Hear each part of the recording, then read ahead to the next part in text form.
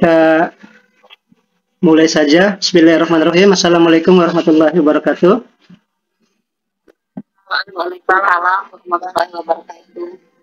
Dan sama-sama baca basmalah ya. Bismillahirrahmanirrahim. Minggu kemarin kita sudah belajar mengenai filsafat arsip awal ya. Jadi kita mengenai pengantar ilmu kearsipan ini kita belajar tentang filosofinya. Nah, ketika kita bicara masalah filosofi arsip, kemarin kita sudah sampaikan di web yang pertama bahwa ketika kita bicara masalah ilmu, terutama dalam hal ini adalah kearsipan, maka 3 hal yang harus kita bahas kemarin ya. Dari segi ontologinya, dari segi epistemologinya, dan dari segi aksiologinya. Jadi pada saat kita berbicara arsip juga, kita akan bicara ilmu arsip itu objeknya apa. Berarti objeknya arsip ya. Kemarin kita sudah bahas secara filosofinya, ontologinya, objek yang ditelitinya, objek yang dibicarakannya adalah arsip. Kedua, epistemnya, bagaimana metodenya, teorinya, sistemnya, itu namanya epistem ya dalam bahasa akademiknya. Bagaimana cara pengelolaan, kemudian dari konsep-konsepnya, nah itu dibahas di dalam epistemologi tentang arsip dan aksiologi kegunaannya. Gitu ya. Kegunaan arsip itu apa? Kalau dalam pengertiannya kan karena arsip adalah sebagai informasi terekam yang disimpan secara permanen karena alasan sejarah, peradaban, agama, pendidikan, kemudian disimpan dalam satu lembaga tertentu, berarti kan alasannya jelas. Arsip disimpan karena memang ada alasan sejarah, baik pribadi, kelompok, organisasi, ataupun yang lainnya. Karena kita simpan itu karena memang ada alasannya. Nah itu di minggu kemarin kita sudah, mudah-mudahan sudah ini ya, persiapan untuk nanti di minggu ketiga kita harus mengerjakan tugas nanti ya. Mengerjakan tugas. Yang hari ini kita akan bicara 2 modul sekaligus ya. Karena kita 9, nanti modul 2 dan modul 3. Modul 2 itu kita belajar, kita akan mendiskusikan tentang sejarahnya. Sejarah dan teori arsip. Kemudian lembaga apa saja yang akan menyimpan informasi terekam itu. Jadi arsip kan informasi yang terekam ya. Nah itu 2 bahasan ya. 2 bahasan nanti kita bisa lihat baik dari modul maupun dari PowerPoint yang sudah Bapak kirimkan.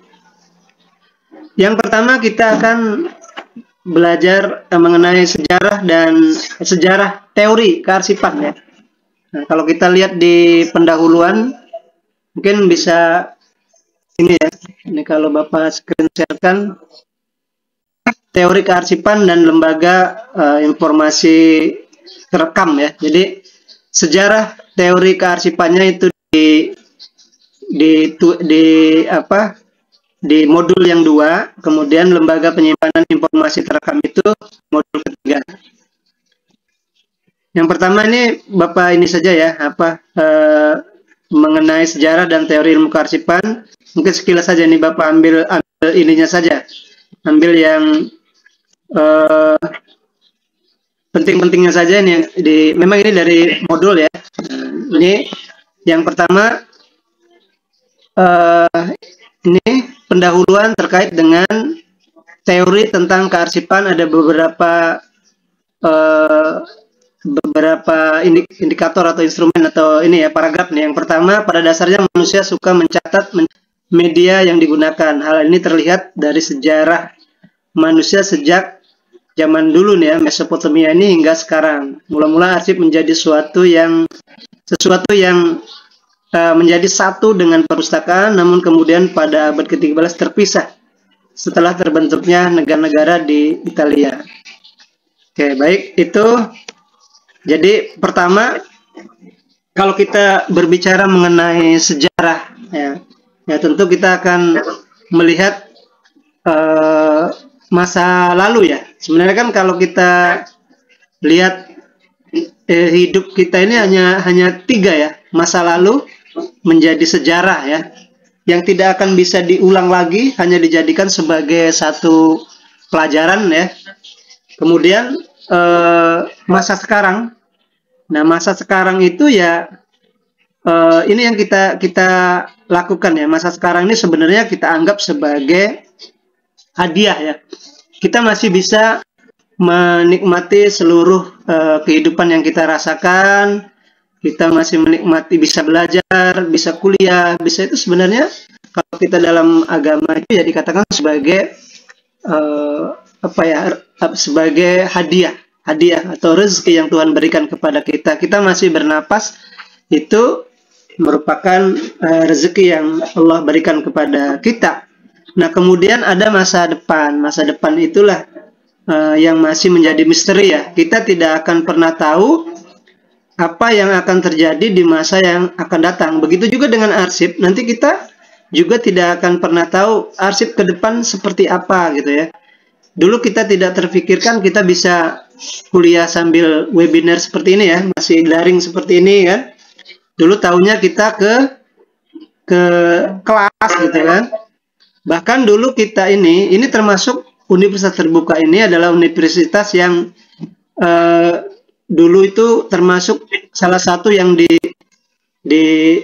maksudnya dikucilkan oleh orang. Oh, kenapa kuliahnya kok ini pakai modul, kenapa online, kenapa pakai hanya tugas-tugas di ini gitu kan, datang pun mungkin tinggal 8. Tapi sekarang justru kita menjadi yang terdepan ya. Orang-orang universitas lain itu belajar ke kita karena kita memang dari dulu sudah siap. Universitas terbuka itu ya, dulu dari sistemnya kita sudah online, itu sudah mempersiapkan. Ketika ada masa pandemi kemarin itu merupakan memberikan pembelajaran kepada seseorang, kemudian juga mengubah suasana, terutama perkembangan teknologi ya. Akhirnya orang berusaha untuk memaksimalkan teknologi, termasuk di universitas terbuka. Jadi ketika ada pandemi, universitas terbuka justru menjadi terdepan, orang baru belajar ya. Nah, ini sebenarnya dengan universitas kita tadi ya, ke depan adalah misteri sejarah ya. Nah, terus bagaimana masa depan itu ya? Jadi kalau orang yang memikirkan sejarah, kan sejarah masa lalu ya, artinya kita akan melihat arsip-arsip sejarah masa lalu. Kalau dia masa depan itu, kalau kita berpikir tidak berhenti belajar, berarti kita nanti milik sejarah saja ya. Kita sekolah nanti hanya ya sejarah, kita pernah sekolah, pernah kuliah gitu. Tapi kalau kita tidak belajar lagi, maka tidak menjadi milik masa depan. Maka kita sebenarnya ini belajar, kuliah itu dalam rangka kita menjadi orang-orang yang bermanfaat di masa depan gitu ya. Oke ya, sejarah. Nah, jadi pertama kita lihat sejarah bahwa dalam terkait dengan arsip. Jadi sebenarnya dari dulu orang-orang sudah menuangkan ya, menciptakan ya, merekod arsip itu tanpa tahu tempatnya di mana. Maksudnya semuanya kita sebenarnya sudah melakukan kearsipan itu ya. Minimal kearsipan kita simpan di dalam pikiran kita seperti itu ya. Jadi peristiwa-peristiwa masa lalu juga pasti masih ada yang teringat di benak ya. Kita sekolah, kita mungkin menempuh karir. Nah, itu kan kita dalam rangka arsipkan aktivitas kita. Nah, karena keterbatasan daya pikir manusia itu, maka ya harus dituangkan dalam sebuah tulisan agar kita tidak lupa. Sama seperti kita ke pasar ya, ke pasar itu sebenarnya harusnya kita catat ya. Jadi sebenarnya catatan itu ya untuk mengingatkan kita kan, mengingatkan karena keterbatasan kemampuan kita, akal pikiran kita untuk menghafal kan. Jadi kalau kita mau ke pasar memang ya harus misalnya mau beli apa disebutkan ada 5 macamnya. Kalau dengan catatan itu minimal jaga sebagai panduan, kelima-limanya akan terbeli. Gitu. Tapi kalau kita tidak catat, tidak diarsipkan, tidak ditulis, tidak direkam, gitu, maka nanti waktu ke pasar kita akan beli lain ya, beli-beli yang mungkin lebih serupa dengan yang kita beli. Nah, begitu juga dengan sejarah. Kita terlupakan sejarah yang tidak tercatat gitu dalam sejarah di kehidupan berbangsa, bernegara, pribadi, itu ada yang tidak tercatat. Makanya orang melakukan sebuah penelitian, termasuk juga arsip ya. Kemungkinan saja zaman dulu orang belum ada yang mencatat ya, belum ada yang merekam aktivitas, maka dia lakukan dengan meneliti kembali ya. Jadi dengan meneliti kembali apa yang sudah dilakukan oleh orang-orang yang zaman dulu ya. Oke. Jadi sejarah seperti tadi Bapak sampaikan, ada yang mungkin kearsipan zaman dulu belum tercatat lah ya gitu ya. Makanya diteliti ya. Nanti kita nanti ada beberapa ilmu mungkin dalam mengkaji tentang sejarah, ada namanya interpretasi ya. Kalau kita misalnya zaman dulu menemukan sejarah, menemukan jejak sejarah atau arsip lah katakannya, zaman dulu kan ditulis dalam medianya berbeda, ada bukan hanya kertas saja, mungkin ternyata dibuat sebuah bangunan itu runtuh misalnya kan, terkubur ratusan tahun, lalu kemudian ketika digali kita menemukan 4 titik misalnya, 4 titik dan ada bekas-bekas bangunan misalnya. Oh ini mengarsipkan zaman dulu, berarti ada sebuah istana. Jadi dia nanti buat imajinasi, oh ternyata di sini dulu ada sebuah istana ya.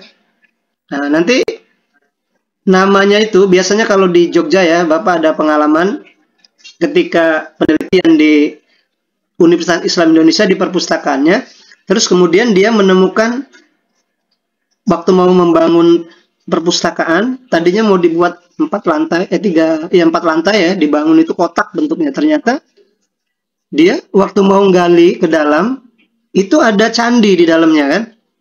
Nah, di candi itu ada batu-batu kan gitu ya, 4. Oh, ternyata ini candi, ada arcanya ya. Ada arcanya. Kemudian dia bingung, ini arsip zaman dulu kan, ditulis cuman namanya tidak ada. Maka dia diinterpretasi ini sebenarnya apa nama candinya gitu kan. Kalau di Jogja kan banyak candi ya, candi-candi. Kalau yang ada prasastinya biasanya dia tiga macam. Kalau dia bangunan yang kita sudah hancur, yang pengarsipan lah katakan sudah hancur itu, maka dia dilihat kalau ada prasastinya berarti namanya tahu ya, misalnya Candi Borobudur atau Candi Prambanan gitu kan. Ternyata ini tidak ada. Oh, ternyata kalau tidak ada, maka melihat dari sebutan dari masyarakat, apa nama bangunan ini. Kalau misalnya di Jawa, di sana di Jogja itu ada namanya Candi Mendut. Oh, cerita bahwa dulu ada, ini mengkisahkan misalnya ada sejarah di kerajaan, ada putri namanya Roro Mendut gitu kan. Kemudian sedang dia sudah punya pasangan hidup misalnya kan, sudah punya pacar, sudah punya kasih gitu kan, tapi mau direbut oleh raja misalnya kan.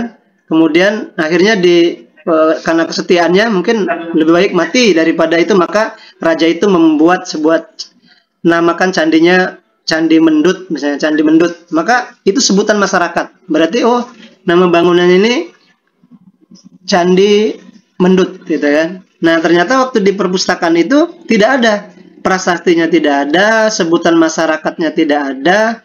Maka dia membuat dengan wilayahnya. oh ternyata daerah itu dulu disebutkan nama desanya Kimpulan, maka candi itu disebut sebagai Candi Kimpulan gitu. Maka begitu ya, saking sulitnya kita, susahnya kita membangun kembali pengarsipan masa lalu, zaman lalu, sejarah masa lalu. Nah seperti itu mencarinya ya. Apakah ini misalnya sudah benar Pak? Belum tentu. Nanti kalau satu saat ternyata dalam perjalanannya di tulisan di candinya itu ada namanya lain, maka akan berubah ya. Tapi sementara 3 macam itu cara ininya. Nah arsip-arsip juga dulu begitu ya. Orang dituliskannya misalnya di Candi Prambanan itu bagaimana menuangkan arsip zaman itu. Kalau ditulis dalam cerita hilang. Kalau ditulis dalam misalnya di tulisan daun lontar juga hilang. Maka dia ukir di batu ya ceritanya. Kalau kita lihat Candi Prambanan atau Candi Borobudur itu berkeliling itu ada cerita zaman ini. Oh terjadi misalnya masa katakan masa keterbelakangan di hutan hidupnya gitu kan, masa pertanian, kemudian masa kerajaan, masa kejayaan kerajaan. Dia tulis dia ukir dalam bangunan itu biar di masa yang akan datang orang bisa mengenal sejarahnya gitu kan. Jadi dia mengarsipkannya di situ. Nah itu zaman dulu ya, artinya zaman dulu kita mengarsipkan ditulis di dalam media-media yang ada pada waktu itu, gitu ya. Baik, selanjutnya kita juga akan kemudian di sini ya, ini Bapak anukan aja. Arsip itu sebagai urusan negara. Nah, jadi gitu ya. Jadi awalnya ya ini juga sebenarnya ini ya apa? Kalau zaman dulu berarti kerajaan ya. Arsip-arsip yang ada di misalnya yang kalau zaman dulu ada namanya di kerajaan itu mungkin tempat penyimpanan syair-syair misalnya, kitab-kitab ya. Kalau zaman dulu kemungkinan kitab-kitab mujarab, kitab-kitab ilmu pengetahuan, kitab kedikjayaan, silat dan lain-lain itu disimpan dalam ruangan istana, misalnya ada tempat penyimpanan pusaka misalnya kan. Nah, zaman dulu jadi semua arsip-arsip yang ada disimpan di dalam negara yang mengkoordinirnya agar agar selamat ya gitu ya. Jadi kalau yang tidak tersimpan ya mungkin biasanya kan tersebar ke mana-mana ya, yang mungkin saja orang menulisnya di dalam gua atau di kalau ada cerita atau peristiwa. Bahkan kalau kita lihat di film-film klasik itu ya, kita menulis pengetahuan, menulis misalnya gerakan. Kalau zaman dulu kan masih masa-masa perang, misalnya gerakan ilmu kanuragan, misalnya mantra-mantra yang bisa menimbulkan kekuatan itu ditulis di dalam gua misalnya supaya tidak hilang misalnya kan. Nah, gitu ya. Jadi ketika ditemukan oleh masyarakat, kemudian disimpan di negara yang mengurusinya. Nah, pada masa Islam itu juga ada masa keemasan ya, masa Harun ar-Rasyid itu. Jadi dulu setiap tulisan, setiap ilmu pengetahuan yang ditulis, misalnya kitab ya, zaman masa keemasan Islam itu Harun ar-Rasyid ya. Kalau kita menulis buku satu kilo kitab misalnya tentang wudhu, tentang sholat, tentang misalnya zaman itu kalau memang sudah nih ya, kalau misalnya tentang kehidupan ya, ekonomi, misalnya tentang perang misalnya gitu kan, ditulis dalam kitab itu 1 kilo tulisan itu ditukar dengan 1 kilo emas gitu kan. Nah itu saking masa kejayaan zaman dulu ya, jadi dituangkan dalam sebuah tulisan di Islam ya. Terus masa kemunduran Islam yang kalau lihat sejarah itu dimusnahkan gitu ya, ditenggelamkan di laut itu yang sampai tintanya berubah jadi tinta itu saking masa dulu masa istilahnya masa kejayaan pikir ya. Nah, orang-orang Islam sebenarnya dari zaman dulu sudah ini ya, kalau dalam sejarahnya ya sudah maju gitu kan. Kemudian karena penjajahan dan lain sebagainya, dan akhirnya menjadi keterbelakang lagi ya. Bahkan kalau kita lihat sekarang ini kalau menurut kawan-kawan yang ke luar negeri, kadang-kadang ilmu yang pengetahuan kitab-kitab yang ada di kita itu dibawa ke luar negeri ya gitu kan. Itu ya. Jadi yang masalah kearsipan ini, masalah teori ini, yang pertama adalah awalnya ditulis di dalam satu medianya tidak ditentukan, ada yang di batu, ada di daun lontar, ada yang di kulit, yang kemudian terpisah-pisah ya. Kemudian negara yang bertanggung jawab untuk melindunginya ya. Zaman dalam hal ini adalah kerajaan. Itu kalau di abad mungkin di bawah abad 13 ya.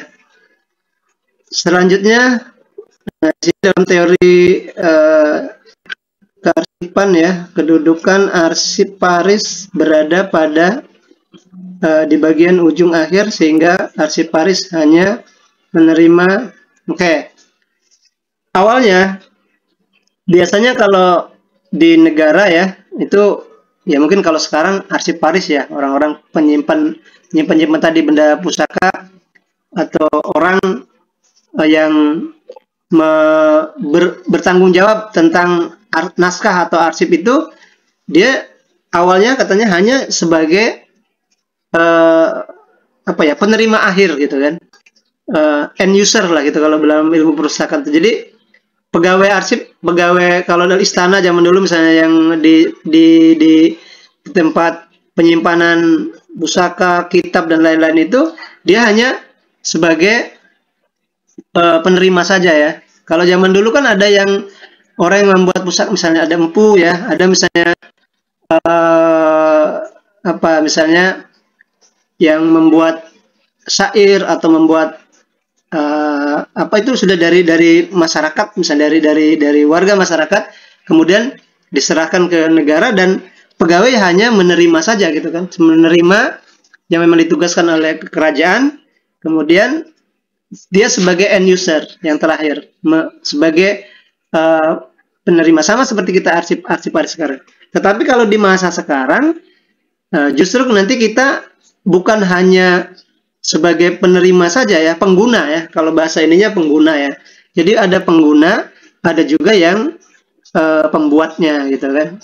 Sama seperti kita media sosial zaman dulu, kita itu, Bapak ingat betul ya, dulu YouTube misalnya, katakanlah ya, YouTube itu dulu kan tidak ada, kita bisa upload, dulu kan hanya melihat saja kan, ada yang membuat, nanti ada memang dari vendor dari aplikasi YouTube-nya ya, kita hanya menerima saja. Sama seperti televisi sekarang. Dulu kan kita siaran televisi itulah yang ini ya, yang bisa menyiarkan, karena dengan teknologinya hanya terbatas kan. Tapi sekarang kita sendiri bukan hanya sebagai pengguna, tapi juga pembuatnya. Kita kapanpun kita bisa menyampaikan aspirasi kita gitu kan. Hanya saja tentunya harus ada, kita ingat ya, kalau kita memang orang akademisi, atau misalnya kalau kita mau bermain di media sosial itu, hanya satu, kita tidak boleh sebenarnya masuk politik. Nah itu, kalau kita sudah ranah politik, maka nanti lihat saja konten-kontennya. Politik itu kan kalau dalam bahasa ini kan siasat. Itu kadang-kadang politik itu tidak baik gitu. Ada yang mengatakan walaupun baik ya, tetap saja tidak baik karena saling menjatuhkan gitu. Yang kedua, menghina itu kan, kita tidak bisa menghina, dan ini hal-hal yang, jadi sebenarnya kalau kita mau edukatif, nah itu ya. Jadi kalau edukatif ya, kalau provokatif dan itu yang tidak boleh. Tapi kalau kita edukatif, nah justru itu ya, kita ada informasi yang bermanfaat untuk orang ya, disebarkan. Nah, tinggal itu saja, tinggal niatnya ya. Kalau kita niatnya tidak menjatuhkan orang, biasanya bebas. Sama seperti zaman dulu. Kenapa ada dua organisasi yang selamat ya, maksudnya selamat dari masa-masa Orde Baru, Orde Lama itu, Muhammadiyah dan NU.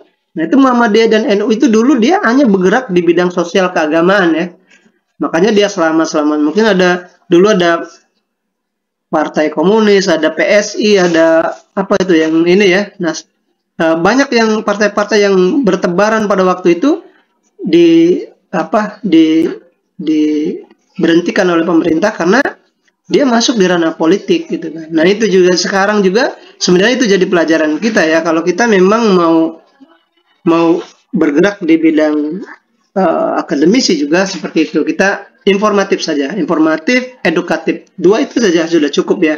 Jadi intinya tidak mau menghujat, tidak mau ini orang, itu sudah cukup ini ya, untuk bekal kalau memang kita mau masuk dalam dunia yang medsos sekarang ya. Kalau Bapak sengaja memang buat ya, Bapak juga buat satu channel, tapi sebenarnya untuk rekam jejak Bapak saja ya. Jadi aktivitas yang Bapak lakukan, Bapak buat di situ ya. Nah, yang jadi persoalan biasanya kalau memang dia mau dijadikan sebagai lahan ini ya, dia biasanya dibuat dalam 5 atau 10 menit saja kan, paling banter kan. Jadi memperbanyak itu, tapi kalau Bapak kan ada yang sampai 9 jam, 8 jam, bayangkan aja. Video siapa yang mau nonton? Tapi itu karena memang ini Bapak ya, yang aktivitas Bapak memang harus mengikuti ini saja ya, untuk rekam jejak. Nantinya juga akan dijadikan sebuah arsip kan, gitu ya. Nanti satu saat kemungkinan ada saja manfaatnya ya. Baik, itu ya sebagai urusan negara sudah dalam arti siklus hidup. Oke. Kemudian ya, arsip juga dia memang seperti ini ya, ada siklus hidupnya. Jadi ada kelahirannya, berarti diciptakan. Di kemarin mungkin Bapak sudah sampai dalam arsip itu diciptakan rekod kemarin ya, rekod rekaman gitu. Tapi sebelum rekaman itu ada 2 tahap di sebelumnya.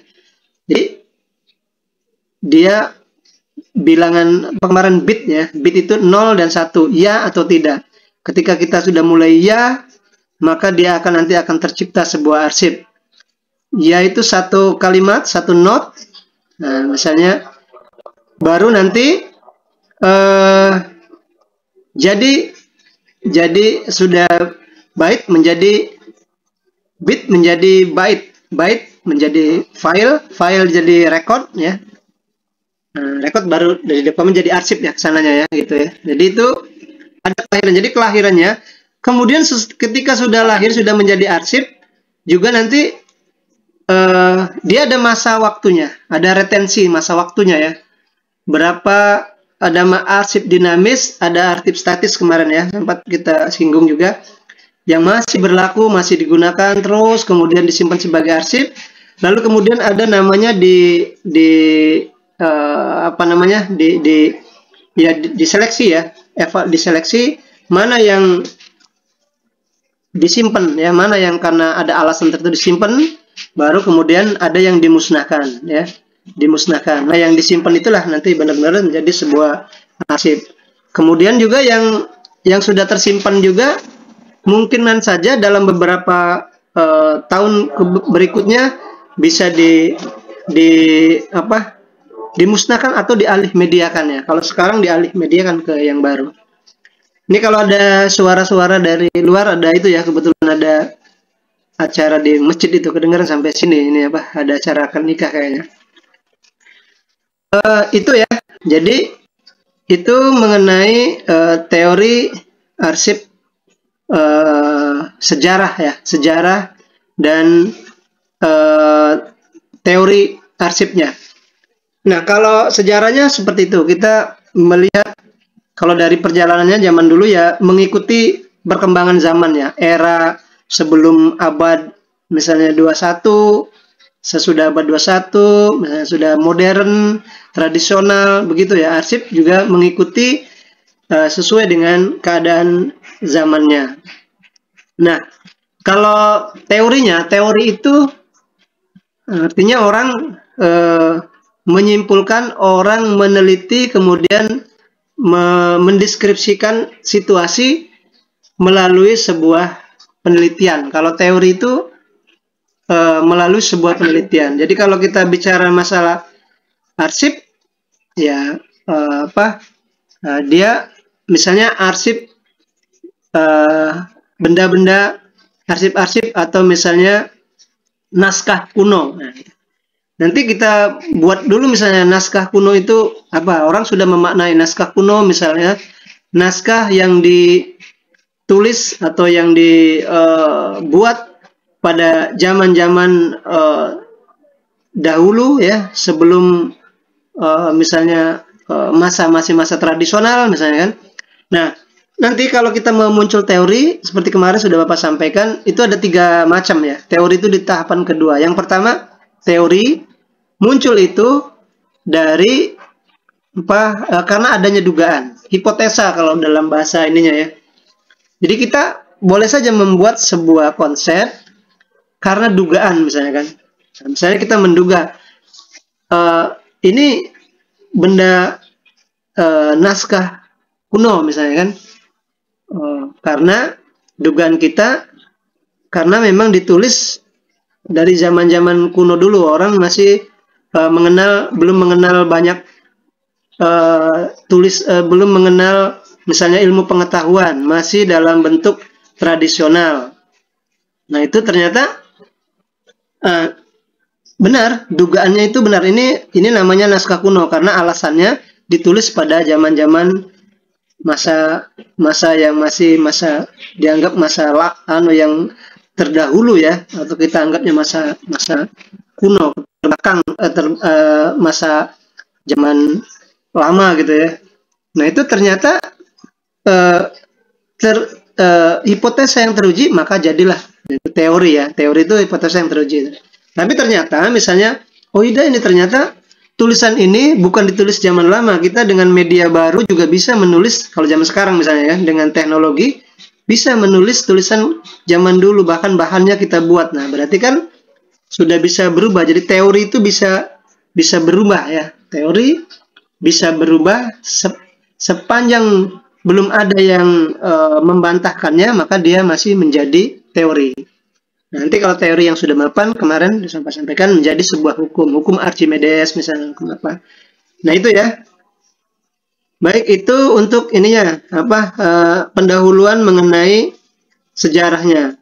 Kemudian ini aja Bapak anukan dulu ya, sekaligus dulu ini pendahuluannya, nanti satu persatu. Lembaga penyimpanan informasi terekam. Nah, sebelum ke Bapak ini mungkin ya, sebelum Bapak lanjutkan, ada yang ingin bertanya dulu terkait dengan sejarah, kemudian juga teori tentang kearsipan ini sebelum kita lanjut ke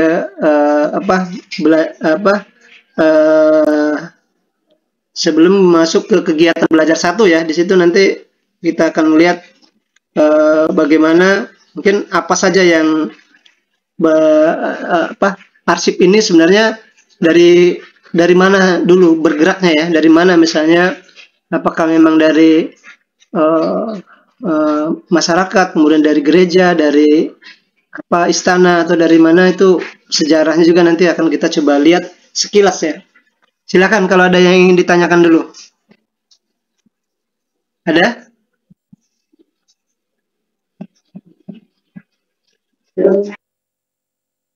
Kalau belum berarti Bapak yang nanya ya. Ya, mana?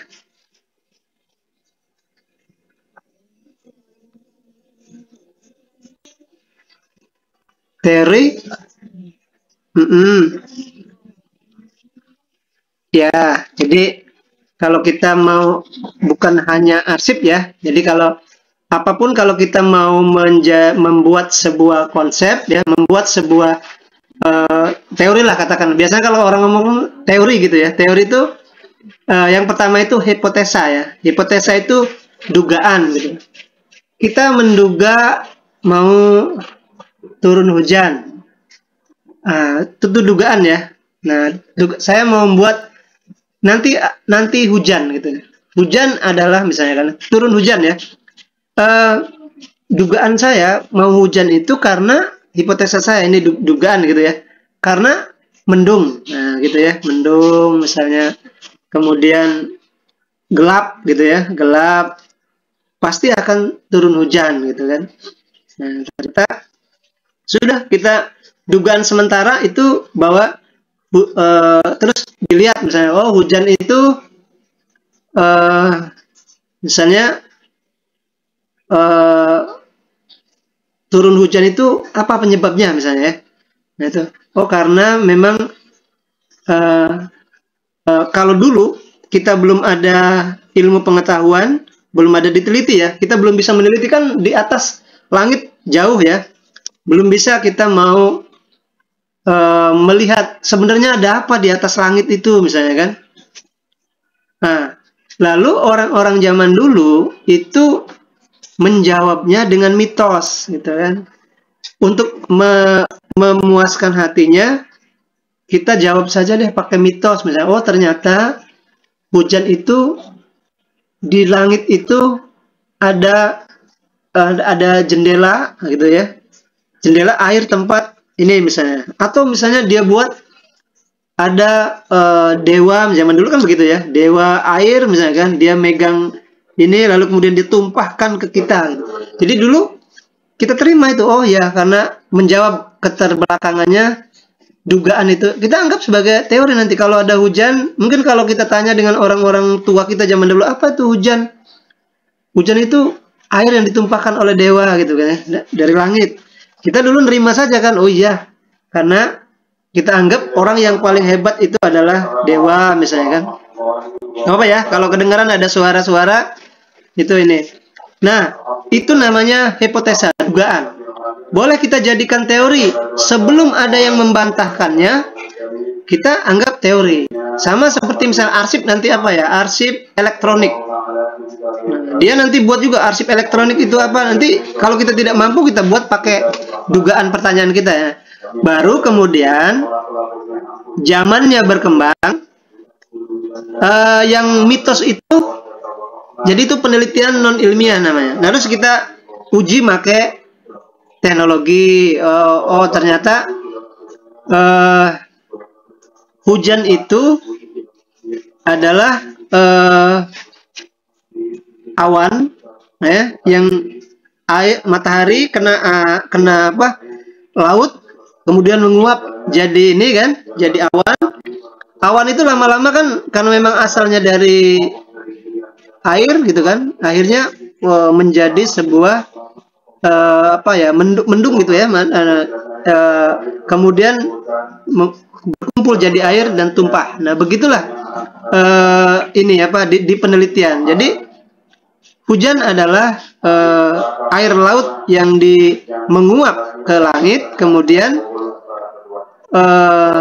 setelah sekian lama waktunya, kemudian berubah menjadi air kembali dan tumpah lagi ke bumi. Itu teori nanti, teori hujan gitu. Kita buat berdasarkan penelitian dan kita akui teori. Nanti kalau misalnya ada penemuan baru lagi, bisa kita bantahkan. Oh bukan itu, bukan dari uap. Ternyata hujan itu memang misalnya dari kalau agama tidak bisa ya, oh ini kekuasaan Tuhan. Kalau agama itu dogma, kita tidak boleh membantahkan. Kalau dari Al-Quran mungkin hujan itu apa ya, rahmat Tuhan apa-apa. Tapi kalau kita orang-orang Barat ilmuwan, dia meneliti ya kebenaran kan, mencari kebenaran. Jadi sistem. Pada akhirnya sebenarnya Tuhan juga yang membuat gitu kan. Jadi, nah itu. Nah kalau dia dua teori ya, hipotesa, teori, baru kemudian hukum. Kalau kita misalnya sudah yakin bahwa ternyata benar ini, tidak ada lagi dibantahkan. Hukum teori yang sudah mapan nanti akan menjadi hukum. Pasti kalau hujan itu adalah dari mendung, penguapan dari air. Nah, itu kita buat nanti hukum hujan gitu, hukum turun hujan. Sama seperti hukum Archimedes, hukum Boyle ya, hukum Pascal. Nah, itu kan dia tidak bisa dibantahkan lagi. Nah, itu ya. Jadi konsep-konsep seperti itu juga kita gunakan di di arsip gitu kan, dalam memahami teori kearsipan. Nah, jadi seperti itu ya, kita memahami teori. Nanti tinggal kita lihat saja kalau arsip ini yang pengertian arsip ya. Kalau sekarang sudah ada Undang-Undang 43 tahun 2009. Semuanya ada di situ, pengertian arsip, kemudian arsiparis ya. Nah, biasanya sudah akumulasi dari keseluruhan ini ya. Sama misalnya arsiparis adalah orang yang memiliki di bidang kearsipan yang didapat dari pendidikan dan atau diklat yang bertugas di lembaga kearsipan. Nah, ini ada orang akad nikah ini.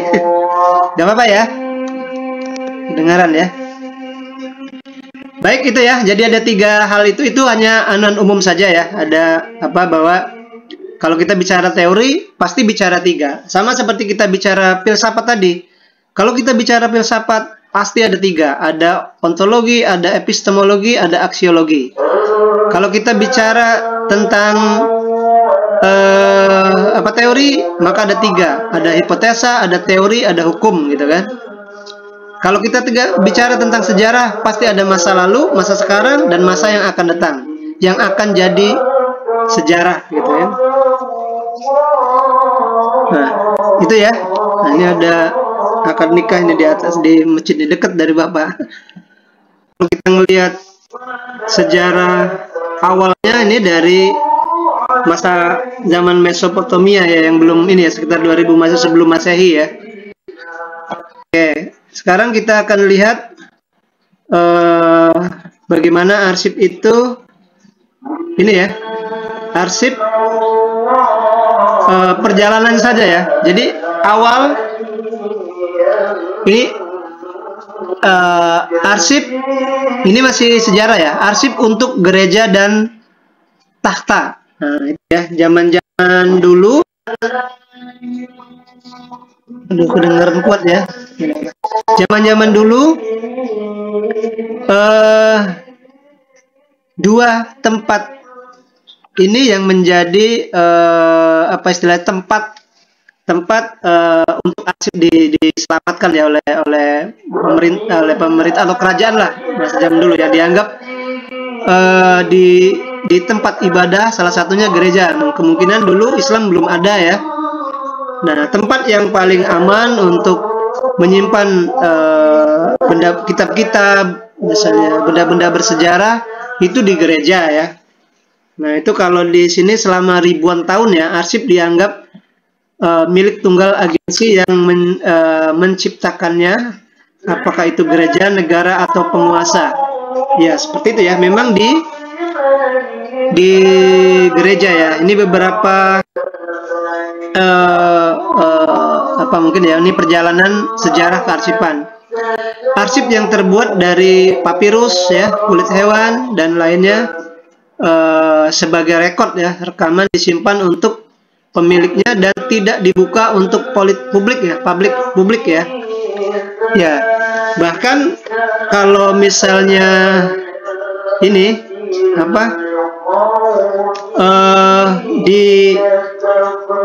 di daerah, kalau ini di masyarakat ya, di tempat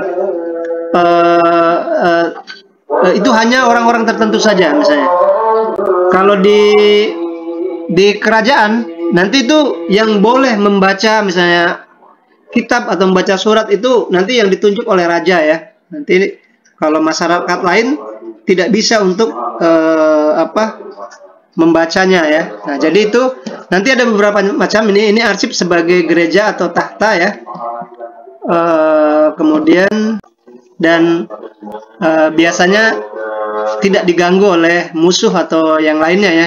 Di kerajaan tentu ya, kalau di kerajaan tidak bisa diganggu karena memang penjagaannya ketat. Nah, zaman dulu juga seperti itu. Kalau misalnya kita ada kesepakatan-kesepakatan ya yang tidak boleh diganggu. Sebenarnya dari zaman-zaman Rasul misalnya ya, dulu tuh kalau kita misalnya perang itu sudah ada aturan ya. Misalnya zaman apa yang Mahabharata misalnya, perang itu dia harus siang misalnya kan. Kalau malam dia harus berhenti ya. Kalau kita lihat di film-film itu ya, berhenti dia, tidak boleh berhenti. Kemudian perang itu dia dua pihak itu dia bisa berhadapan ya. Coba kalau kita lihat di Mahabharata ya, mungkin di Mahabharata aja lah ya. Saya Bapak lihat ke waktu lagi ngetop-ngetopnya Mahabharata itu kan. Nanti dia berdua itu bisa bertemu di lapangan ya. Bahkan dia melihat langsung misalnya kalau zaman dulu kalau yang kalah dalam perang misalnya Arjun atau Gacha dengan siapa dengan misalnya Dursasana, misalnya Dursasananya mati gitu, nanti dia kadang bisa menyaksikan itunya apa, dia damai dulu malam damai gitu kan, tidak boleh nyerang gitu kan. Jadi nah kesepakatan gitu, perang harus di lapangan, tidak boleh di warga masyarakat misalnya kan. Nah itu hebatnya zaman-zaman dulu ya, zaman Nabi juga seperti itu. Kalau perang dia kalau dulu namanya di gunung ya, Jabal Uhud, perang makanya perang Jabal Uhud, perang Uhud misalnya itu kan sebenarnya di gunung kan, perang apa gitu. Jadi orang memang secara kesatria bertarung di lapangan gitu kan. Nah kalau kita ini kan kalau zaman-zaman sekarang perang diberi penduduk ya, penduduk yang tidak berdosa itu kena imbasnya gitu kan. Nah itu yang tidak boleh ya. Baik, jadi pertama dalam sejarahnya ya arsip itu ya di ini tadi ya sekaligus kalaupun dia sebagai lembaga itu apa di gereja atau di istana lah ya, di istana.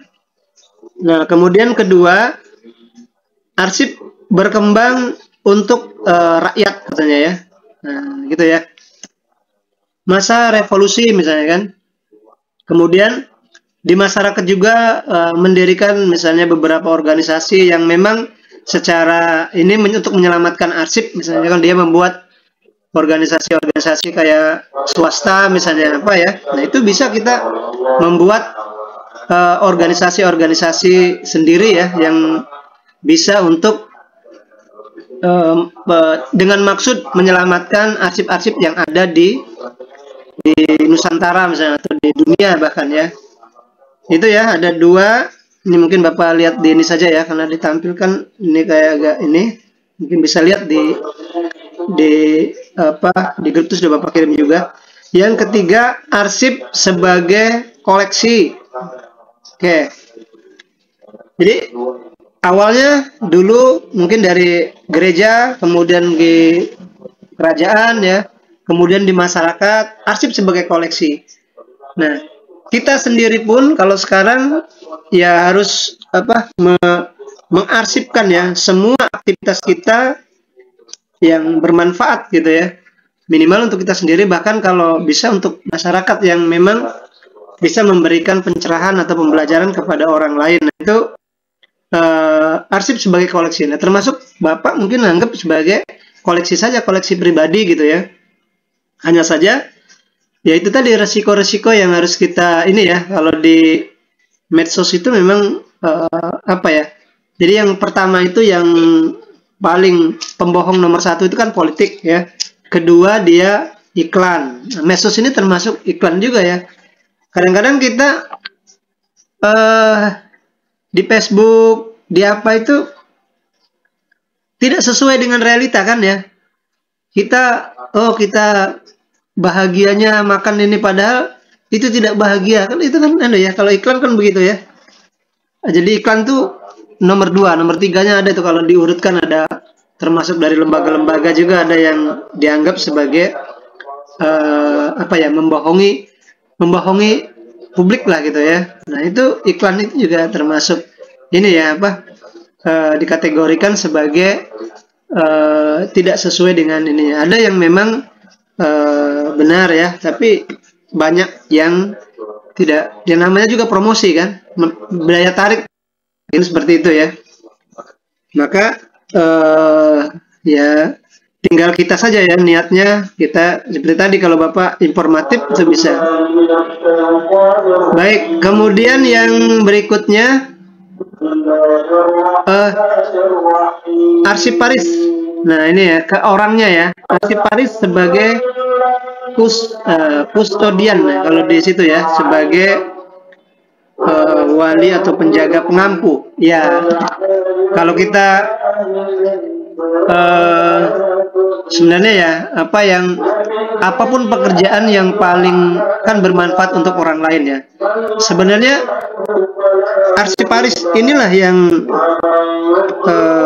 sebenarnya kalau kita mau benar-benar bekerja dengan benar kan ini kan untuk mencerdaskan kehidupan orang, menginformasikan kepada orang kan pahalanya besar gitu kan.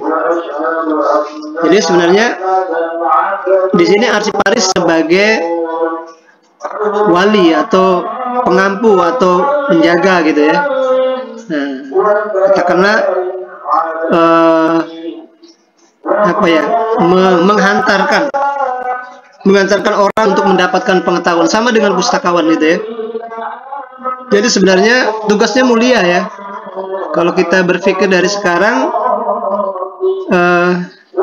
tugas yang mulia.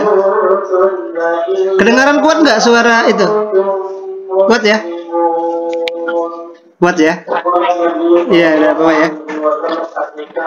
Nah, jadi begitu ya. Jadi apapun sebenarnya pekerjaan kita ya, mau jadi kayak Bapak misalnya dosen, mau jadi pegawai, kalau kita sudah ikhlas, nah itu tidak akan merasa berat gitu ya. Apalagi menjadi arsiparis, kita sudah punya jelas itu kalau Anda misalnya setelah selesai nanti benar-benar menjadi seorang arsiparis, itu tugas mulia ya. Kalau kita tidak ikhlas, ya akan tersiksa ya, karena kita mau melayani orang gitu kan, melayani orang, kemudian ada saja orang yang tidak sesuai dengan keinginan kita. Nah itu tentu harus kita istilahnya kita benar-benar ikhlas gitu kan. Itu ya. Kemudian yang berikutnya ya, ini Bapak ini aja sekilas-sekilas. Arsiparis sebagai penata rekod, record keeper, penata rekod. Ya, satu sebagai ya kita terima saja orang dulu ya, sama seperti pustakawan ya. Dulu Bapak sebelum dosen kan pustakawan. Sebelum dosen ilmu perpustakaan gitu ya. Perpustakaan dan ada kearsipan juga kan. Sekarang kita sudah ada undang-undangnya, arsip juga ya. Dulu orang malu kerja di arsip itu, apa sih kerjanya ngurus-ngurus itu. Sekarang kita sudah saatnya ini ya, sudah sejajar ya. Undang-undangnya sudah ada, aturan-aturannya sudah jelas gitu kan. Jadi kita sudah tidak lagi menjadi satu profesi yang dipandang sebelah mata ya. Dan ini juga mudah-mudahan lah ya, kalau misalnya sering Bapak sampaikan itu, kalau setiap sekolah sudah harus ada arsiparis satu, misalnya sekolah atau lembaga-lembaga organisasi pemerintah ya. Sekarang kemungkinan baru ada di lembaga kearsipan ya, nah, itu yang arsiparisnya. Nah harusnya di setiap organisasi harus ada arsiparis satu ya, pegawai negerinya satu, arsiparis gitu kan. Nah itu lahan kita yang tentu Anda masa depan Anda di situ ya, artinya masa depan kita semua ya terus sana. Dan dalam bidang kearsipan di situ ya kita membangun bagaimana arsip-arsip kita yang tadi, karena bangsa yang menghargai bangsa yang besar adalah bangsa yang menghargai sejarah ya. Jadi sejarahnya itu bisa kita baca ya dari arsip kan, dari tulisan-tulisan, dari karya-karya orang zaman dulu. Kalau kita tidak diarsipkan, nah bagaimana kita bisa mengetahui kejadian-kejadian di masa lalu ya, yang dijadikan sebagai pelajaran untuk masa depan ya. Jadi pengalaman itu sebenarnya bukan harus dari kita kan, dari orang lain juga bisa dijadikan sebuah pengalaman kan. Kalau ada orang yang sukses, mungkin dari ceritanya ya, kegagalan juga seperti itu ya, dari cerita-cerita orang kita bisa juga jadikan pengalaman. Baik, kemudian arsip sebagai penata rekod ya, artinya di era sekarang arsiparis justru sebenarnya harus terdepan ya. Jadi dia IT-nya harus kita kuasai kayak gitu kan. Nanti kalau di bidang otomasi ini ada namanya sistem informasi kearsipan dinamis ya, itu juga harus bisa ya kan. Kemudian yang lain-lainnya. Jadi kita kemajuan teknologi itu ya seperti itu, kita harus meresponnya. Kalau kita tidak meresponnya akan ketinggalan kan. Nah, yang terakhir terkait dengan perkembangan atau arsip ini ya, arsip ini dia ada dampak dari perubahan dari post modern ya, post modern gitu ya, orang setelah modern gitu ya. Nah sekarang kalau di post modern itu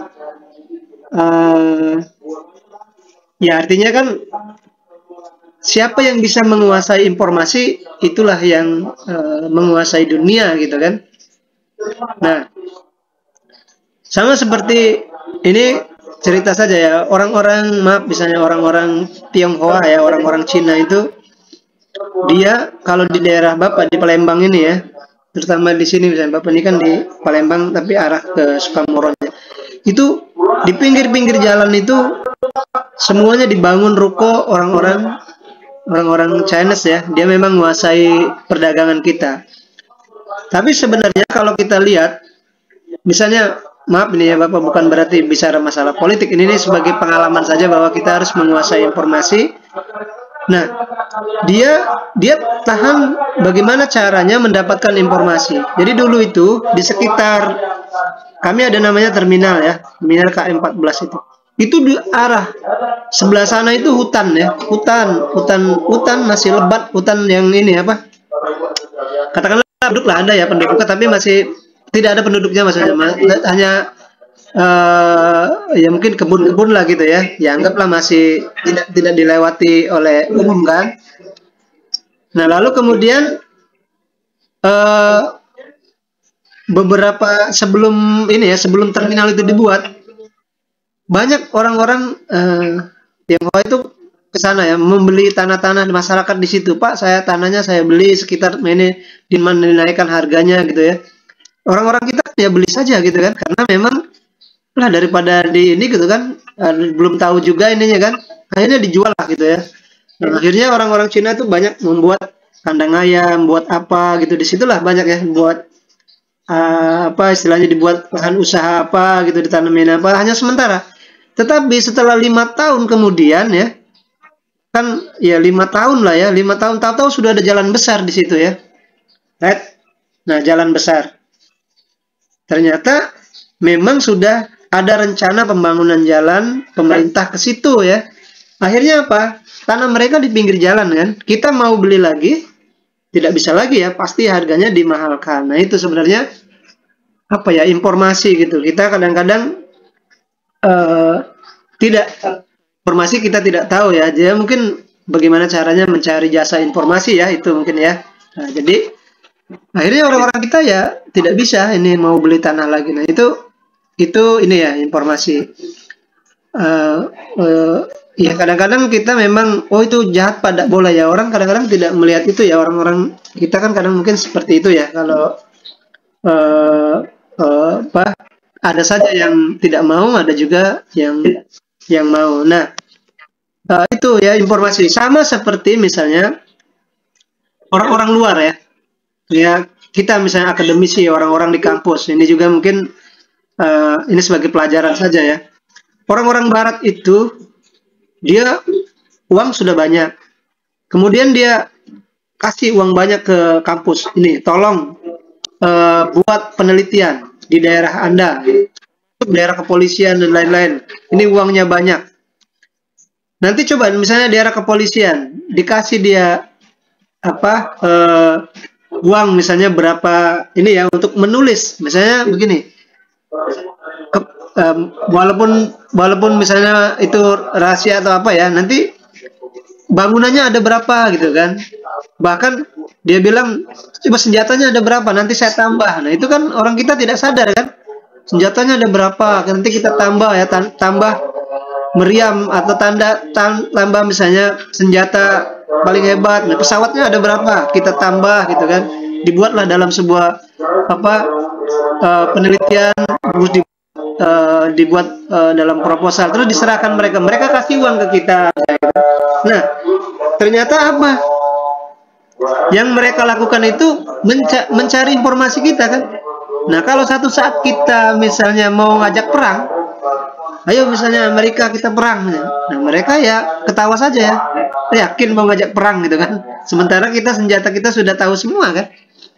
Nah jadi seperti itu ya, orang yang menguasai informasi itu dia menguasai dunia ya. Sekarang misalnya Anda bermain media sosial, Facebook, Twitter misalnya, yang pasti dia tanya pertama kali adalah data pribadi Anda kan, alamatnya di mana. Kadang seperti itu ya, dibuatnya alamatnya di mana, lengkap. Nanti kalau dia sudah, data kita sudah terdata itu ya. Nah sebenarnya kalau kita mau sadar, nah itu harus hati-hati misalnya gitu ya. Tapi ya kadang-kadang lah kita kan tidak mau di datanya gunakanlah. Nah daunnya kan kita begitu biasanya kita kan ya. Kalau orang-orang luar tidak.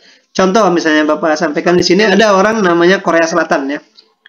Bapak pernah ke Korea Selatan ya. Ada kebetulan ada studi banding ya ke sana. Orang-orang di sana itu dia tidak mau pakai Facebook ya. Facebook tidak mau. Kemudian apalagi WhatsApp mungkin mereka tidak mau. Yang dia pakai, tapi dia punya sendiri, namanya Kakak Tahu gitu kan. Jadi waktu Bapak situ Pak minta ininya apa, WhatsApp dia bilang saya tidak boleh orang kami pakai itu gitu kan. Karena kan isi data kita kan pribadi. Kami punya sendiri namanya Kakak Tahu. Mungkin kalau bisa lihat di Bapak juga pernah pakai itu Kakak Tahu. Itu orang punya Korea Selatan. Ya. Nah orang-orang di sana pakai itu. Jadi masyarakatnya dia datanya di server mereka kan. Nah dia tidak mau informasi negaranya oleh orang lain. Nah gitu ya. Jadi tentu kita hal-hal yang anggap kita mungkin sederhana, anggap kita itu urusan pemerintah juga, kita kadang-kadang ya kita ini juga ya berhati-hati. Kalau zaman sekarang ini kan kadang-kadang kita bisa dibolak-balikan ya, fakta dan datanya tidak sesuai dengan yang sebenarnya. Tapi ya sebagai pembelajaran tentu kita juga harus harus paham lah, jangan sampai membahayakan kita ya. Apalagi sekarang misalnya penipuan ini banyak kan ya. Kalau ini ya, ada yang kalau data kita di medsos sudah terdetek oleh orang itu bisa saja. Ada pernah Bapak begini ya, ini mungkin cerita saja ya, Pak, terkait dengan informasi itu. Jadi ada kawan Bapak itu hampir juga ya termasuk waktu pada saat ada undian berhadiah, karena memang waktu itu undian hadiah susu bendera katanya gitu ya. Dia ikut kan, ikut gitu kan. Tapi persoalannya begitu sudah ikut itu sudah pengumuman kan. Pengumumannya misalnya 31 April misalnya kan. Nah, ternyata sudah selesai 30 April itu tidak masuk kan. Tapi sebulan misalnya seminggu kemudian ada yang nelpon, Pak, ini Anda menang katanya gitu kan. Ada kawan-kawan saya mungkin Bapak ceritakan ini karena biar kita juga ini ya hati-hati gitu kan. Nah terus dia bilang, Pak Mulyadi minjem uangnya dong, ini aku mau, ini ada hadiah dapatnya 10 juta katanya, tapi 40% suruh ada pajak gitu kan. Jadi 4 juta katanya gitu kan. Hampir itu Bapak pinjemin waktu itu kan. Tapi Bapak cek dulu siapa Pak ininya. Ini saya dapat itu katanya. Dulu namanya Pak Suito kan. Pak, dapat itu aku ini undian kan sudah masanya tapi nyusul. Akhirnya Bapak telepon itu, bener nggak ini Pak? Oh bener Pak katanya gitu kan. Waktu itu kebetulan hari Jumat kan, sudah itu Bapak, wah Pak ini kami kata dia tadinya kan ini Pak nggak bisa lagi tuh, waktunya tinggal 1 jam Pak gitu katanya kan. Oh ya, ya sudah nanti saya mau ini dulu saya minjem dulu sama istri gitu kan. Mau saya kasih aja gitu kan dia. Kamu ambil aja motor saya gitu katanya kan. Terus bapak itu apa? Pas itu, Pak, ini kan Jumatan. Nanti habis Jumat saja ya. Oh iya, enggak apa-apa katanya. Nah, bapak kan langsung berpikir lah. Tadi katanya tinggal 1 jam lagi. Kok kalau habis Jumat masih bisa? Nah, ini gimana ini kan? Akhirnya bapak lagi kan. Udah bapak kompromi dulu dengan Kak Wit. Kak, ini kok mereka bisa itu ya? Sudah Bapak tawar kan? Oh begini Pak, nanti 2 juta aja ya? Oh nggak apa-apa katanya. Nah, jadi itu loh, mulai kelihatan, mulai kena ininya ya. Sudah akhirnya, waduh 2 juta, akhirnya coba Bapak tes lagi ya. Ini apa, sudah Jumat, Bapak coba tawar lagi gitu kan. Pak, ini saya cuma adanya 500, bagaimana ya kalau 500 saja gitu. Oh ya nggak apa-apa Pak, ini nomornya ini kan. Nah, sudah itu Bapak telepon. Berarti Bapak, gini kata Bapak, ini kan sudah ketahuan itu kan. Wah, ini berarti Bapak bohong katanya, langsung dimatikan ya gitu kan. Nah, jadi begitu ya. Kadang-kadang kita karena data kita sudah terretas oleh orang lain, nah itu berbahaya ya untuk ini. Tapi kalau kita masih sadar ya, masih misalnya kadang-kadang ada yang hipnotis ya orang-orang. Tapi ini kan untuk ini saja ya, bahwa yang benar informasi ya kita harus hati-hati, informasi data kita juga harus benar-benar kita jangan sampai ini ya, jangan sampai terdetek dengan orang lain gitu ya. Kadang-kadang memang kalau kita di Facebook ada yang hacker gitu kan. Kadang-kadang kalau Bapak lihat sebenarnya bukan karena hacker, karena mungkin saja di ini ya apa pada saat kita melogin mungkin atau gimana ada tahu ya. Kadang-kadang juga mereka berlapis kok ininya ya apa pengaman untuk passwordnya itu.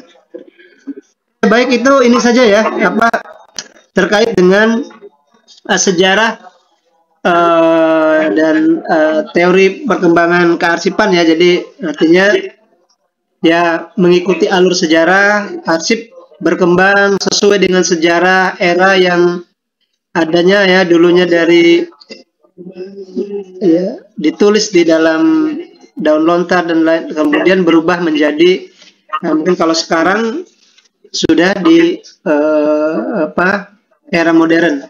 Nah ini di sini yang terakhir perubahan dari modern ke post modern ya artinya sekarang sudah media semuanya serba digital. Kita di handphone kita bisa menciptakan sebuah arsip, misalnya dalam hari ini di scanner mungkin ya. Scanner kalau dulu beli memang ada alat scannernya ya. Dulu kalau Bapak kan di perpustakaan dulu sempat beli untuk nyekan buku itu pakai scanner. Kalau sekarang sudah pakai handphone. Jadi sudah di era modern sekarang ini untuk menciptakan sebuah arsip itu bermacam-macam ini ya, mudah ya, lebih mudah. Bahkan bisa video, bisa audio, bisa gambar, nah itu lebih mudah.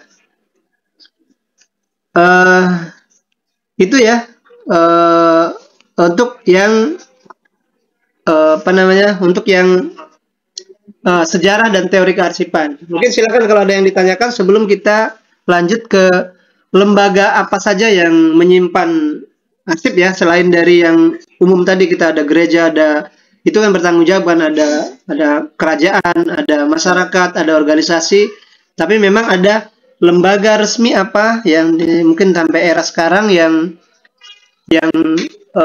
bertanggung jawab untuk menyimpannya. Nanti kita akan bahas setelah mungkin silakan kalau ada yang nanya lah ya, nanya terkait dengan sejarah perkembangan teori kearsipan ya. Silakan. Ada? Ada?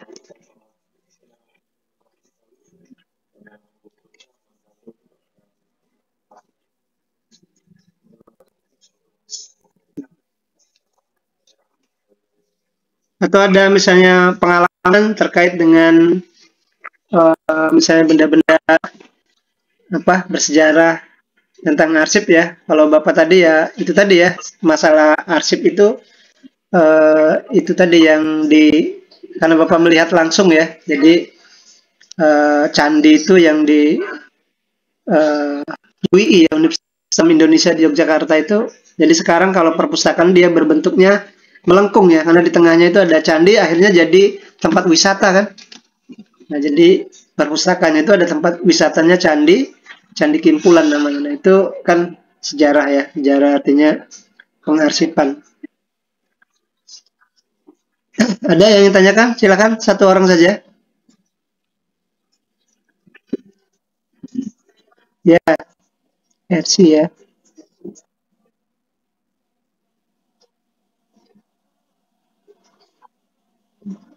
Kedudukan arsip Paris sebagai sistem siklus hidup ya. Oke, baik. Mungkin kita satu-satu dulu ya. Arsip Paris ya orang ya. Tadi orang yang memiliki kemampuan di bidang kearsipan yang didapat dari pendidikan atau diklat ya, yang bertugas untuk melaksanakan pengelolaan di bidang kearsipan gitu ya. Kemudian kedudukannya sebagai sistem siklus hidup ya. Nah, siklus hidup itu kan perjalanan arsip ya. Misalnya arsip diciptakan, kemudian mulai dari membuat ya. Atau kalau praktek zaman sekarang itu kenapa arsip Paris dianggap sebagai sistem siklus hidup ya, yang karena dia yang menciptakannya. Jadi Anda nanti kalau bertugas di bagian kearsipan, nanti Anda yang sebenarnya yang menciptakan, kemudian menata, kemudian bahkan memisahkan dinamis dan nanti Anda yang ini kan, karena orang sudah membuat surat. Kalau sekarang misalnya ada sistem aplikasi namanya SIKD ya. Nanti kalau ada orang surat masuk, nanti itu di situ ada, kalau sekarang kan ada aplikasi sistem SIKD ya. Nah, Anda sebagai arsip Paris sudah tinggal klik surat masuk. Nah, berarti ini ada arsip masuk ya. Berarti disitulah awal mula kita akan menciptakan sebuah siklus hidup pertama terciptanya sebuah arsip. Jadi siklus itu dari tercipta, hidup, mati, hidup lagi begitu ya. Nah, gitu. Jadi setelah masuk kemudian misalnya diterima surat dari UIN Raden Patah Palembang kemudian ditujukan kemana gitu kan, ke bagian perencanaan misalnya untuk mengadakan, atau misalnya di bagian humas untuk mengadakan MOU. Terus ya didisposisi, kemudian kepimpinan, balik lagi sampai dikirim, dicetak suratnya jadi, dikirim bahwa akan terjadi misalnya MOU, kemudian MOU-nya jadi dimasukkan lagi, diarsipkan ya. Berarti itu sudah tercipta sebuah siklus hidup ya, siklus hidup yang dibangun oleh arsip Paris. Jadi arsip Paris sebagai sistem untuk membuat sebuah siklus hidup dari awal mula diciptakan sampai digunakan, kemudian terus digunakan kan, begitu sudah jadi MOU-nya, nanti pelaksanaannya ada MOA-nya ya. MOU kan Memorandum of Understanding, MOA-nya Memorandum of Agreement. Berarti pelaksanaannya, ternyata nanti setiap 3 bulan kita mengadakan kerjasama, misalnya pembuatan naskah kuno misalnya kan, sudah jadi, sudah itu diarsipkan, maka arsip sudah jadi ya, kemudian dimusnahkan lagi. Nah, jadi sistem yang dibangun arsip Paris lah, yang orang yang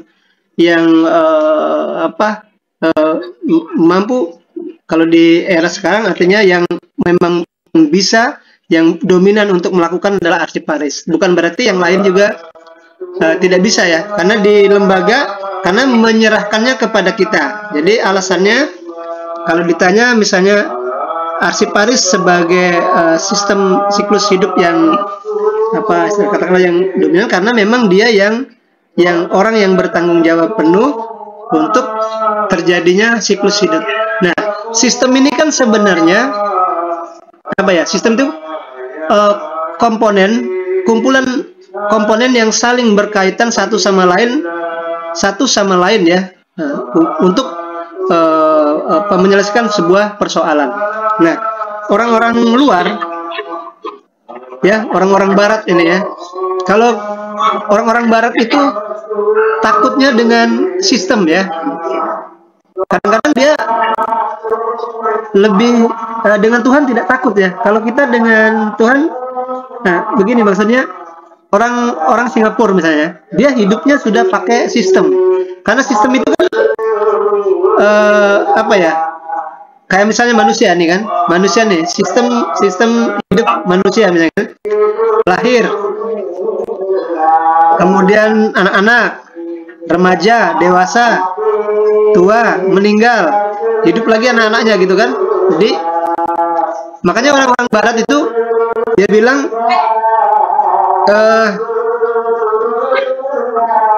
kalau kenal sudah sistem, orang kita ya, orang Indonesia atau orang yang agamanya tidak kuat, terus dia kuliah di bidang ilmu filsafat, maka dia pulang nanti tidak sholat lagi kalau sudah diajari sistemnya.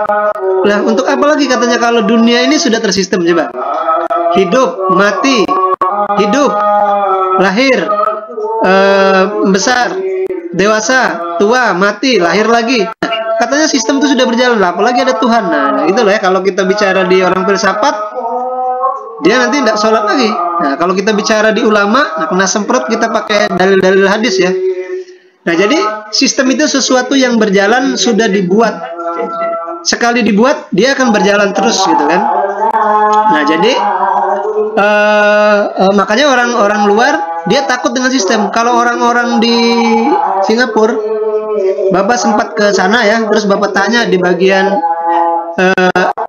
ada pemandunya ya, dia bilang, ini Pak Mul, ini Singapura itu hidupnya sudah tersistem katanya. Kenapa? Di jalan-jalan itu sudah tidak ada lagi polisi, ada kamera saja. Di lampu merah ada kamera. Kemudian di waktu kita masuk di imigrasi ada kamera. Jadi orang itu kalau masuk ke Singapura silahkan masuk. Terus bertebaran kemana-mana silahkan. Nah kalau dia mau keluar dari Singapura, tinggal diklik aja, klik, Bapak kena denda. Misalnya $2 kalau di sana ya, misalnya $100. Kenapa Pak? Bapak merokok misalnya di tempat yang dilarang. Itu sudah. Jadi takut mereka. Misalnya dia berkendaraan ya, berjalan, melanggar dia sekali, maka kena denda misalnya kan $200. Sudah itu bulan berikutnya lagi melanggar lagi, SIM-nya ditarik kan, terus ditebus, sudah tebus, balik lagi melanggar lagi, KTP-nya diambil, tidak boleh lagi dari jadi warga Singapura, harus keluar dari Singapura. Nah apa nggak takut? Takut kan? Jadi dia takut dengan sistem itu.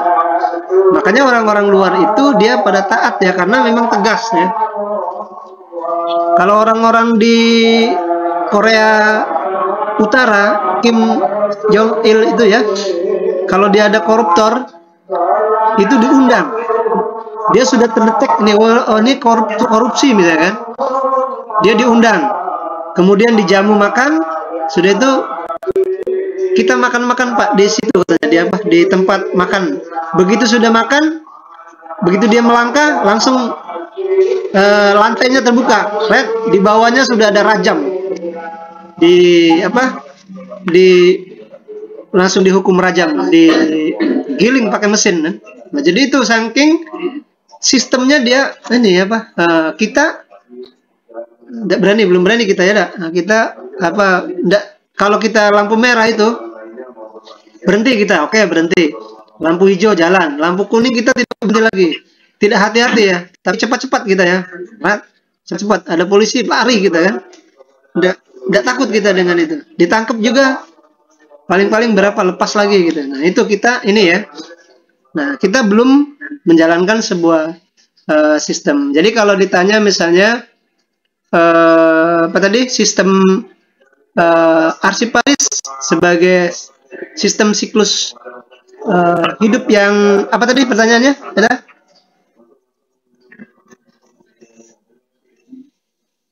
Kedudukan sistem arsiparis sebagai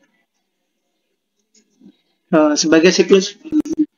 Ya, artinya kan dia sebagai pelaksana ya, pelaksana siklus hidup itu dan tersistem. Dia yang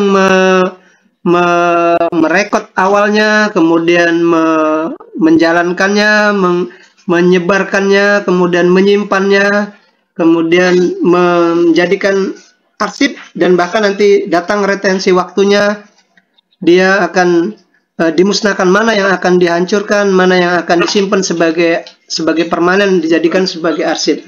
Jadi tanggung jawab di arsiparis, dan tadi Bapak sampaikan itu arsiparis adalah tugas yang sangat mulia ya, untuk menginformasikan keadaan misalnya situasi dari masa lalu, masa sekarang, dan kemungkinan masa akan datang juga ya, kita sudah memprediksikan. Nah, kadang-kadang kita walaupun dianggap masa depan masih misteri, kita sudah bisa merancangnya dari sekarang ya. Kalau kita mau ingin jadi dokter ya tentu ke ini ya, ada ke kedokteran, karena berarti nanti akan jadi dokter. Tapi walaupun ada kekuasaan Tuhan ya, apapun yang akan terjadi ke depan kita tidak tahu kan. Walaupun kita kuliah di arsiparis, kemungkinan saja kita bisa jadi dosen, bisa jadi guru, bisa jadi lain ya, bisa jadi camat dan lain-lain, kita terima saja. Yang jelas kita tetap belajar ya, karena orang yang tidak belajar dia akan milik sejarah masa lalu, tapi orang yang belajar akan memiliki masa depan, gitu quote-nya ya. Baik ya, terima kasih itu Hersi ya, Hersi sudah.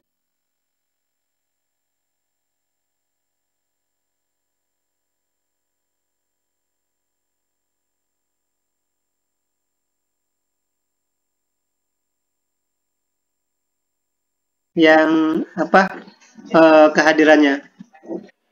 Oke, baik ya, itu saja ya. Mungkin ya baik, itu saja ya. Kurang lebihnya Bapak minta maaf ya, Bapak. Kita akhiri dengan sama-sama baca hamdalah. Alhamdulillahirabbil alamin. Wabillahi taufiq wal hidayah. Wassalamualaikum warahmatullahi wabarakatuh. Ya, silakan ya kalau mau live ya.